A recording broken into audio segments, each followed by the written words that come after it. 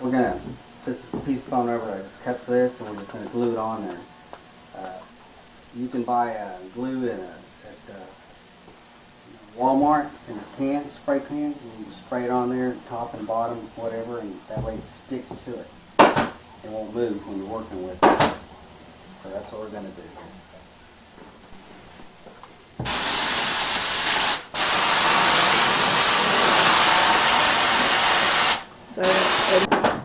Around it, that what it does is makes it look smooth. Looks rounded. It doesn't look like a piece of wood.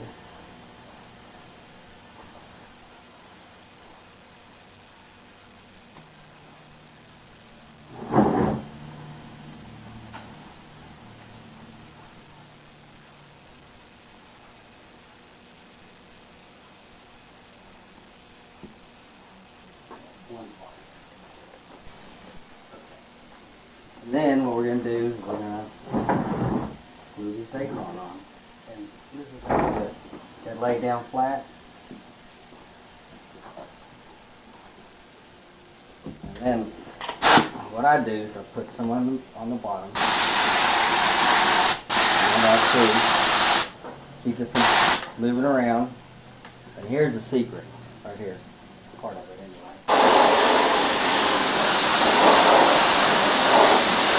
Spray all the way around it.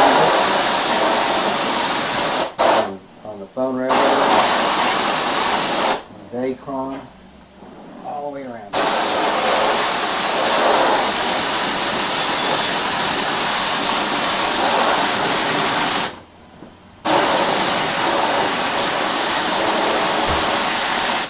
Look at this. I'm trimming this right here even with the wood. See that? Mm-hmm. We're not letting it hang over at all. It's just even with the wood. So that's that. Like that. See, that's the reason why I put a bunch of glue on it, so it'll stick together. So it'll stay out of your way, huh? Yep, so it stays out of the way and stays good.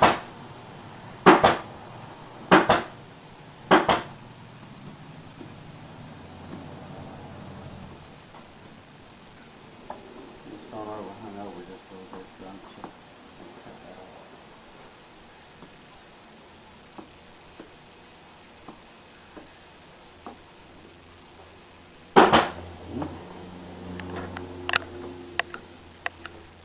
Now, about 22 inches wide approximately. So what you always want to do is you're going to cut this fabric, you always want to cut it bigger. Quite a bit bigger than you can make it, so it'll stretch easier. And when you start cutting a bunch of them out, you always make sure that you mark where the top's going to be. That way they all go the same way, otherwise they're going to some go one way and one's going to go the other way. But here's the next part. Just lay it up here and kind of center it up a little bit. Make sure your lines are all good and straight. And then here's what you do. Flip it over. Line it up. And here's what I usually do.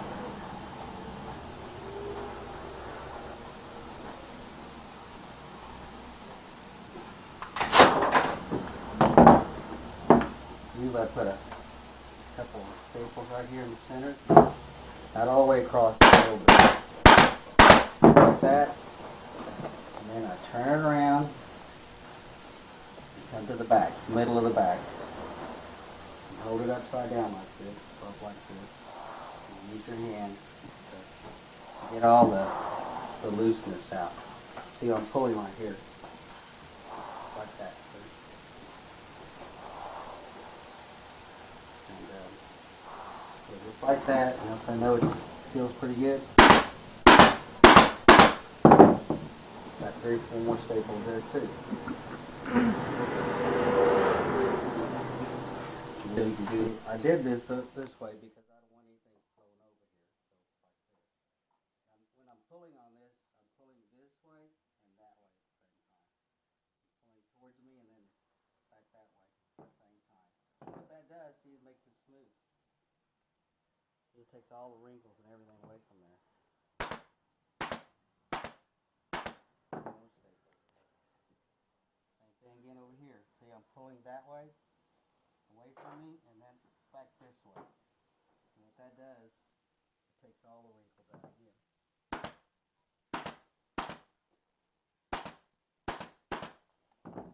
And now this is the easy part right here.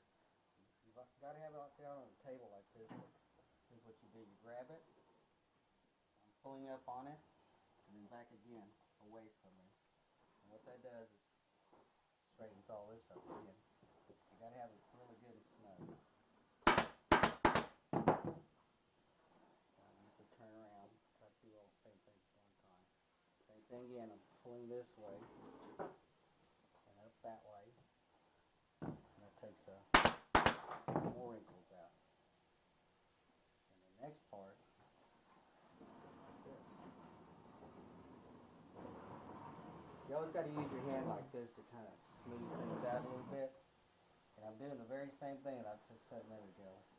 I'm pulling this way and that way all at the same time. Kind of hold it. And then what you don't want to do is when you're doing a job like this, is do this. Because if you do that, it's going to look all puckered up looking like that. What you do is you just use your hand. You can see how smooth. Staple. Even pressure? Even pressure all the way across. If you don't do it that way, what you're going to do is you're going to leave little dimples everywhere. See? Some places pull, some places not. So that's what you want to do. You want to just like that. Same thing.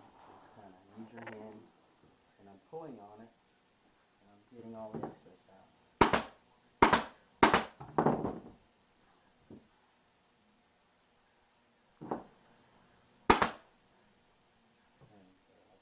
And avoid doing that because that makes it look crooked.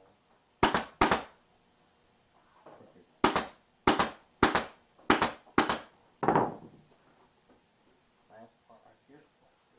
Same thing again. Pulling on it, getting all this excess out.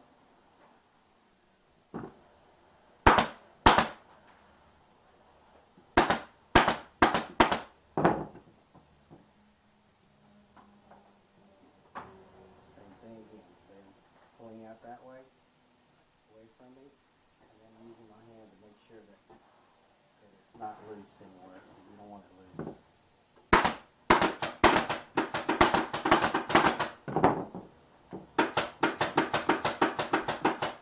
This is a little bit different because this has a little cutout. So what we got to usually do on this is I'll pull on it, and I'm pulling on it, but I'm also pulling towards the center because we want this to go in here. Okay, we want this smooth up here. And what I usually do is I try to cut some of that stuff out because otherwise it's in my way. Same thing again. See, I'm pulling on it here. And I want to make sure if I'm going to have a wrinkle, it's got to be right in the center here because we don't want it over here.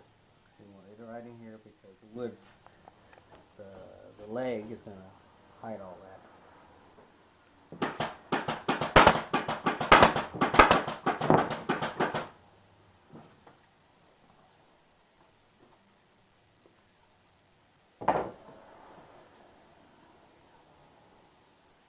See what I'm doing, Debbie? Right. You're just pulling the wrinkles into the center there. I'm pulling it right there in the center. I want to make sure this looks smooth here, see? So that's what I'm doing. I'm putting it like that. Putting a real simple little crease in through. I like cutting all this stuff away from me because that way I can see what I'm doing.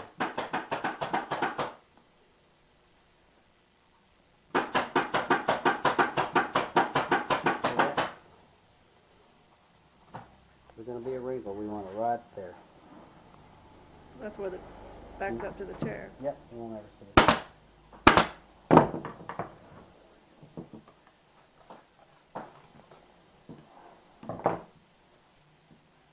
Usually right here, there's a couple different ways to finish this out, but since I've got it gathered like this, here's what I usually do. I kind of cut it right here, leave a lot here. Cut it right here towards where the last staple is. Cut away from it. Same thing here. Just use a little piece like that, see? Just a little piece. And then we cut it off.